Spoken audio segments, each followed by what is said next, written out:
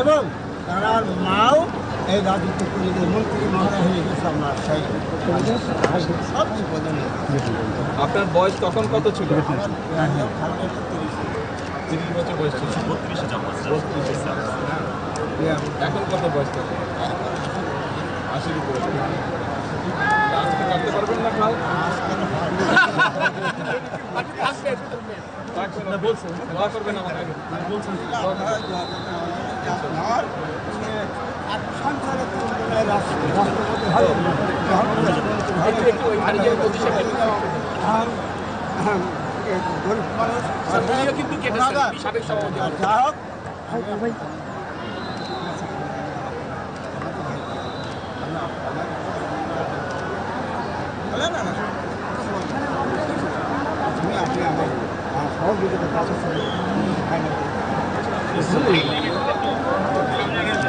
দোয়া করবেন।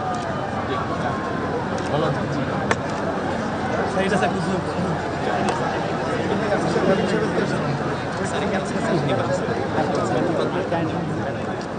ভাই একটু সরবেন, ভাইয়া একটু সরবেন।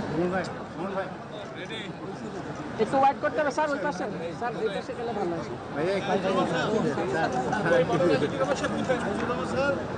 এই যে এদিকে আসেন, এদিকে আসেন। বিসমিল্লাহ বলে আপনি জীবনে দিকে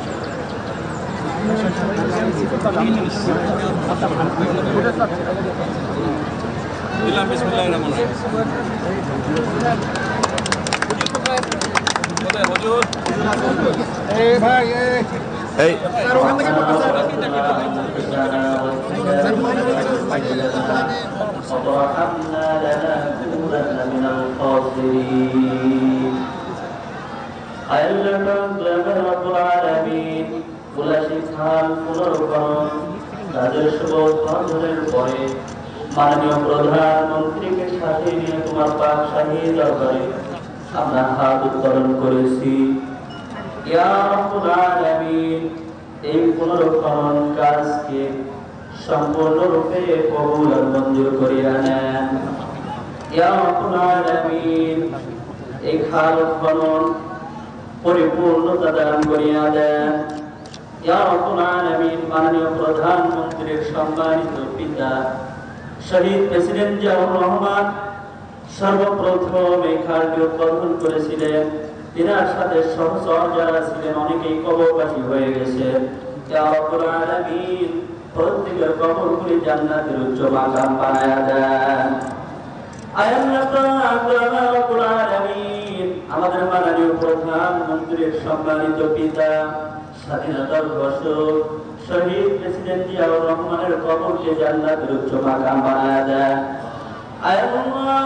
মাননীয় প্রধানমন্ত্রীর সম্মানিত মাতা আপসহীন নেত্রী তিনবারের সফল সাবেক প্রধানমন্ত্রী আয়াল্লাহ বেগম জিয়ার কবরকে জান্নাতের উচ্চ মাকাম বানায়া দেন। আয়াল্লাহ মাননীয় প্রধানমন্ত্রীর ভাই জনাব আরফাত রহমান কোকো সহ তিনাদের পরিবারের যত মানুষ কবরবাসী সকলকে মাফ করিয়া দেন। আয়াল্লাহ মাননীয় প্রধানমন্ত্রীর পক্ষ থেকে গৃহীত কল্যাণময় যত কাজ আছে সব কাজগুলি করার তৌফিক দান করিয়া দেন। আল্লাহ পাক রব্বুল আলামিন তিনার সম্মানিত পিতা যশোরের প্রতি সহানুভূতিশীল ছিলেন। আমাদের বর্তমান মাননীয় প্রধানমন্ত্রীকেও যশোরের প্রতি সহানুভূতিশীল হিসেবে আপনি কবুল করিয়া নেন। أكرمهما كما ربياني صغيرا سبحان ربك رب العزة عما يصفون وسلام على المرسلين والحمد لله رب العالمين برحمتك يا أرحم الراحمين. 76 এটা 26 6 6 মিনিট।